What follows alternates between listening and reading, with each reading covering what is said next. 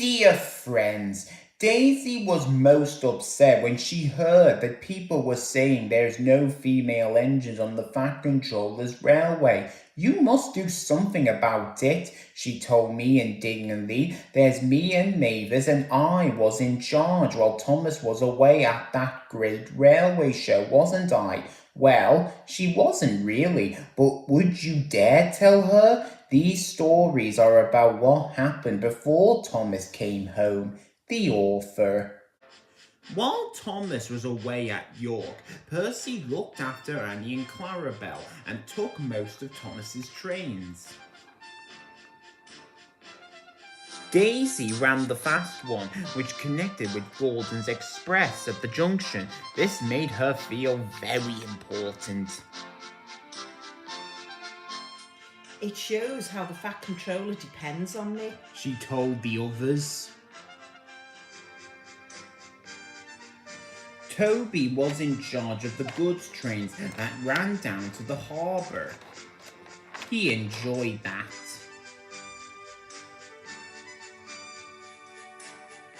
His stone trains were dealt with by Mavis, the diesel belonging to the quarry company.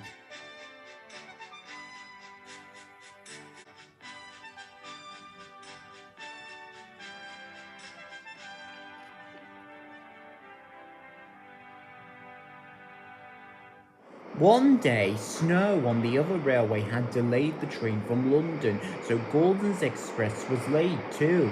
While Daisy was waiting for him at the junction, the blizzard spread across Sodor. Huge white flakes swirled all around, and her driver was worried. Daisy wasn't.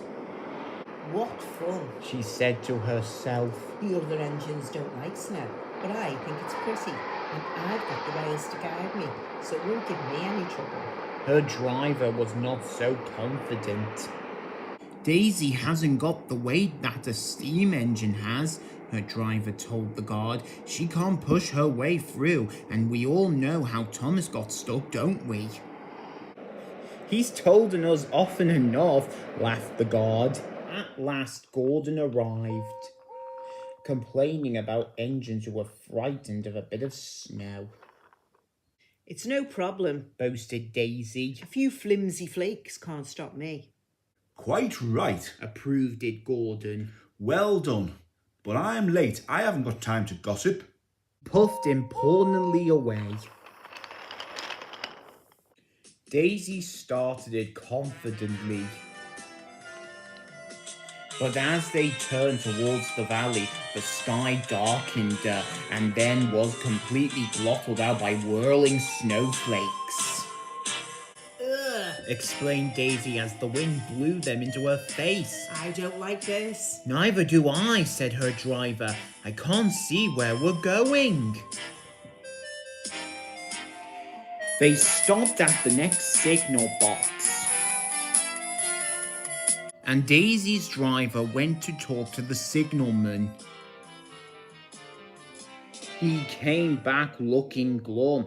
There are deep drifts ahead, I'm afraid, he told the passengers. We can't get through. The signalman says Daisy must take you back to the last station, he went on. We'll get you home from there somehow. If we're lucky, the passengers said to themselves. But they weren't. Before they had gone far, Daisy began to feel ill. She coughed, hiccuped, and stopped. Help! She wheezed. I can't breathe properly. The snow has blocked your air intake, I expected, said her driver. He cleaned it, but it was soon clogged again. Daisy could go no further. She felt like bursting into tears. The driver got down and trotted back to the signal box to telephone for help. Daisy felt more miserable every minute. Even her driver, when he came back, couldn't cheer her up. They promised to rescue us, he said, but goodness knows how they'll do it. They waited and waited, but no help came. The snow drifted higher and was soon piled all around Daisy. Suddenly, she heard a whirring noise from behind. Oh no, She thought, not another blizzard. Daisy was right. It wasn't another blizzard. It was Harold the helicopter.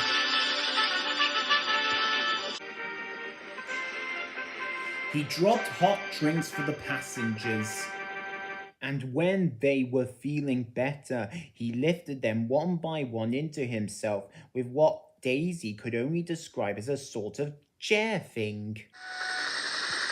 The passengers went to the airfield where they were looked after until they could reach home. But Harold couldn't help Daisy.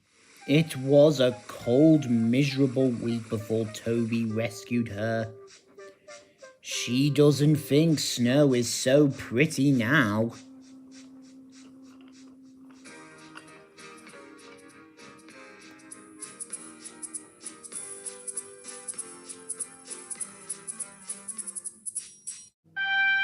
Near the end of Thomas's branch line, there is a small station and close by.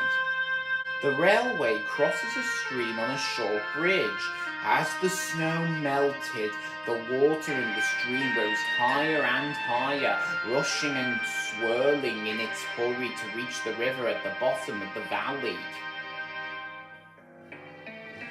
Every time he passed the place, Percy watched the water anxiously.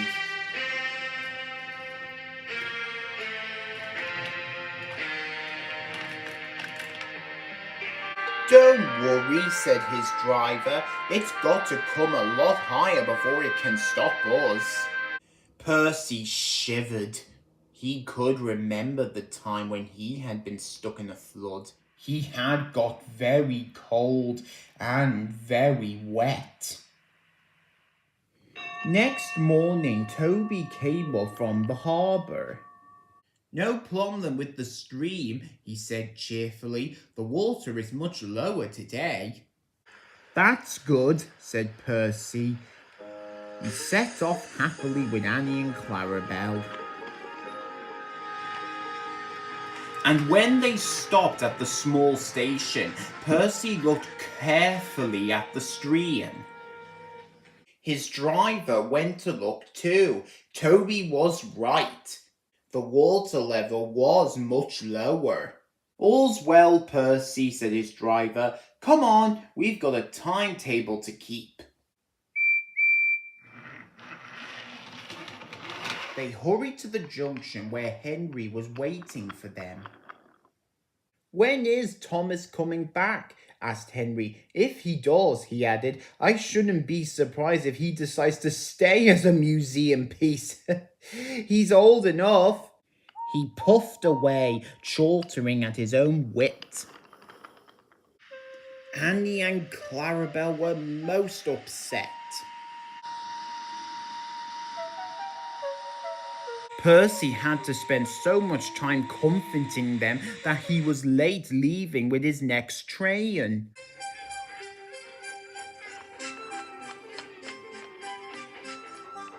Percy had his tank refilled with water at the station by the river. This made him later still.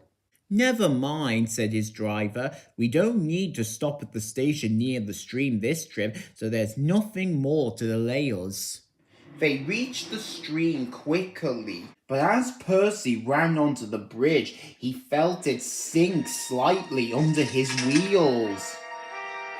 There was an enormous creak. The bridge swayed a bit. Don't stop, Percy, shouted his driver in alarm. Keep moving. Percy didn't mean to stop, and that was lucky. Clarabelle was the rear coach. As she crossed the bridge, it wobbled again.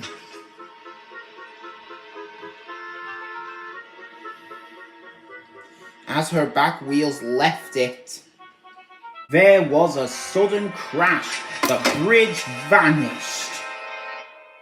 1 second it was there, the next it wasn't. It was safe to stop now. Percy's driver put on the brakes, and the fireman ran back to look.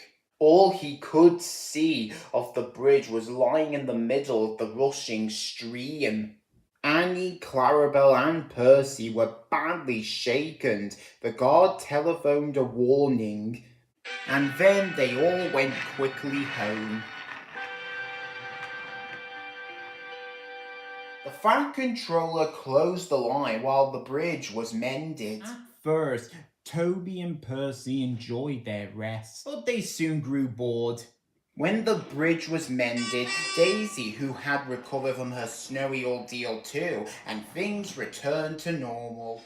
But some time afterwards, Percy was extra careful whenever he crossed the stream, in which he had almost had a bath.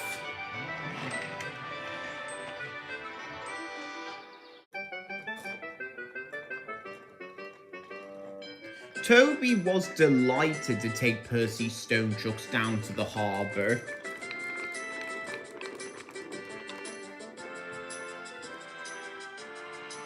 He thought it was a wonderful treat. Percy could not understand why. It's only a harbour, he said, nothing special.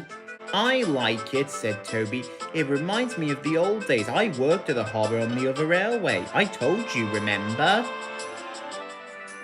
Because Toby only had a small water tank, he always had to refill it at the station by the river. What if we ran our water halfway? Toby wondered anxiously. We shan't, said his driver confidently. But what if the water column breaks down? Asked Toby. Thomas warned me about the water from that river. His driver laughed. Don't worry, Toby, he said. We shan't take you fishing. The harbour was busy and Toby worked hard.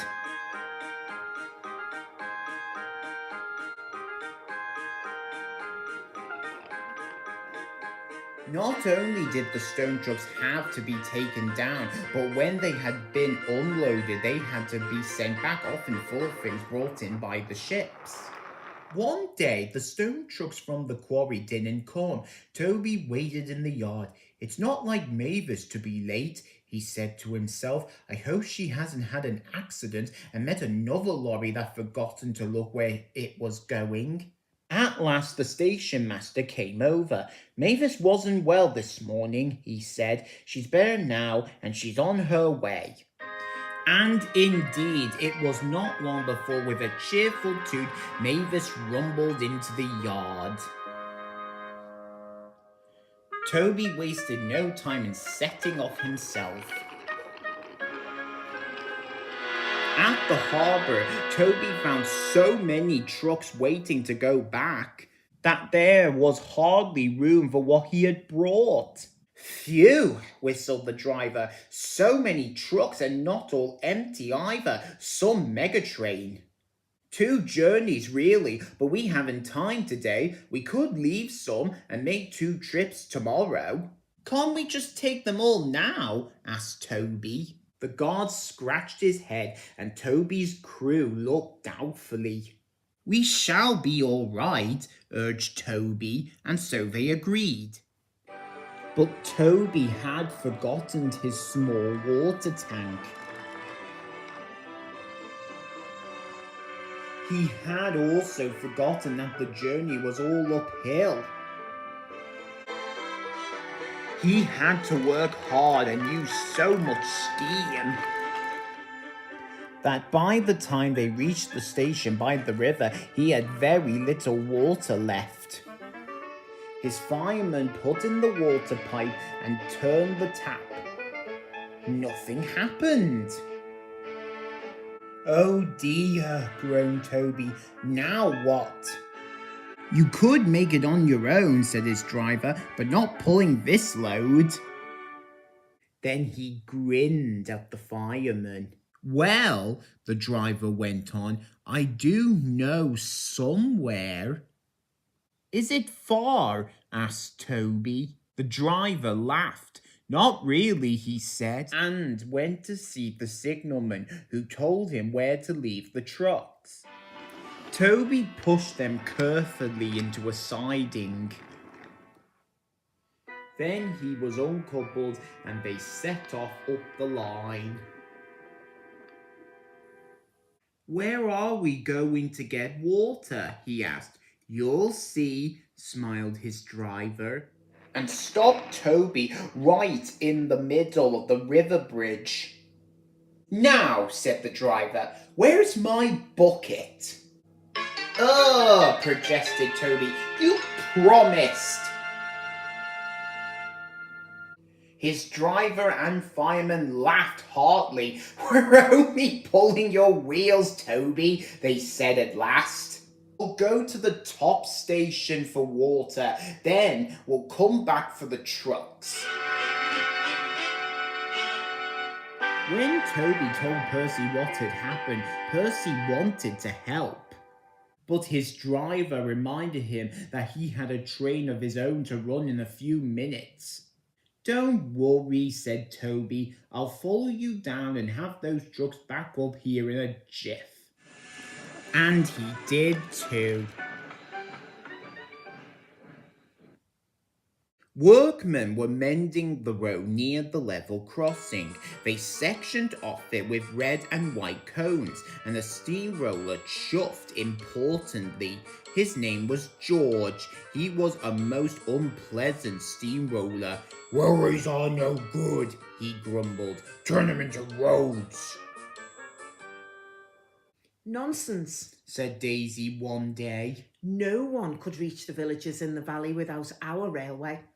I've built a road among your old tracks, said George. Nothing to it. My mates have done it all over the place. Daisy told Percy and Toby what George had said. Toby was worried because he knew George was right. The Fat Controller wouldn't allow it, he said, but he wasn't convinced.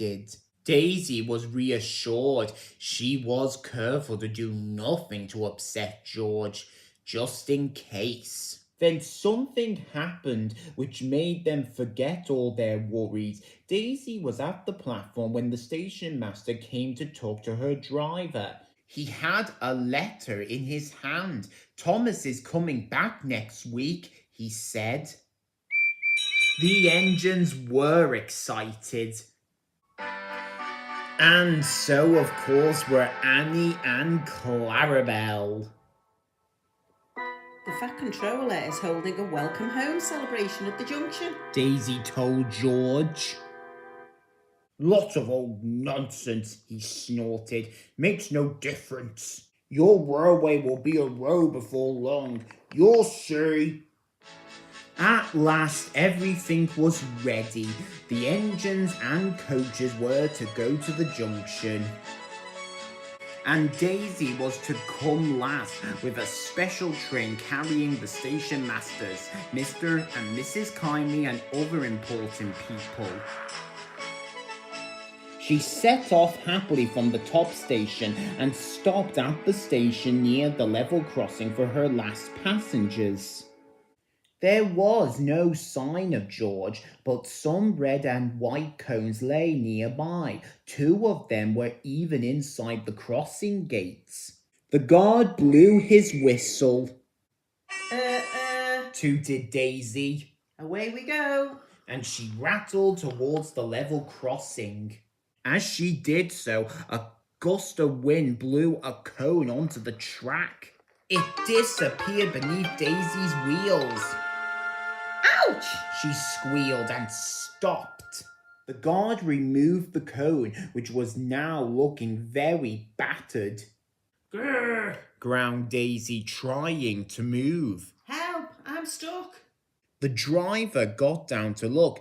That cone has damaged your brakes, he told her. They've jammed it hard on. Oh no, Wailed Daisy. now the passengers won't get to Thomas's welcome in time. Why can't that stupid George clear up his rubbish properly? I bet he did it on purpose. Can't be helped, Daisy, said her driver. We'll do what we can. A fitter came, and the men worked hard while Daisy stood and fettered. We're going to miss Thomas, I know we are, she fumed. But at last the job was done, and Daisy set off with a roar. As they came near the junction, Daisy could see a large crowd on the platform. Suddenly she heard a cheer. Oh dear, she groaned. We're too late. No, we're not, said her driver. Thomas isn't here yet. It's us they're cheering. Daisy was relieved. Just then, the signal arm dropped and a familiar whistle sounded in the distance. Thomas came into the station. He looked tired, but he was smiling broadly. He carried the plaque which the Natural Railway Museum had given him. Welcome home, Thomas, said the fat controller. We're all proud of you and are delighted to see you back safely. Especially Annie and Clarabelle. Everyone laughed, and the fat controller held his hand. 3 cheers, he called. For Thomas, our famous tank engine! Hip hip hooray! Hip hip hooray! Hip hip hooray! Hip hip hooray! Thomas smiled happily. It's good to be home again, he said.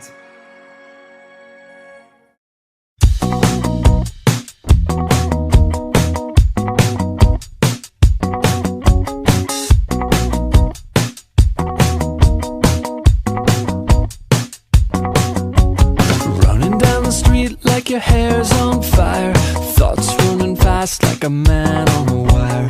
Can't stop laughing but I don't know why. I don't know why nobody knows.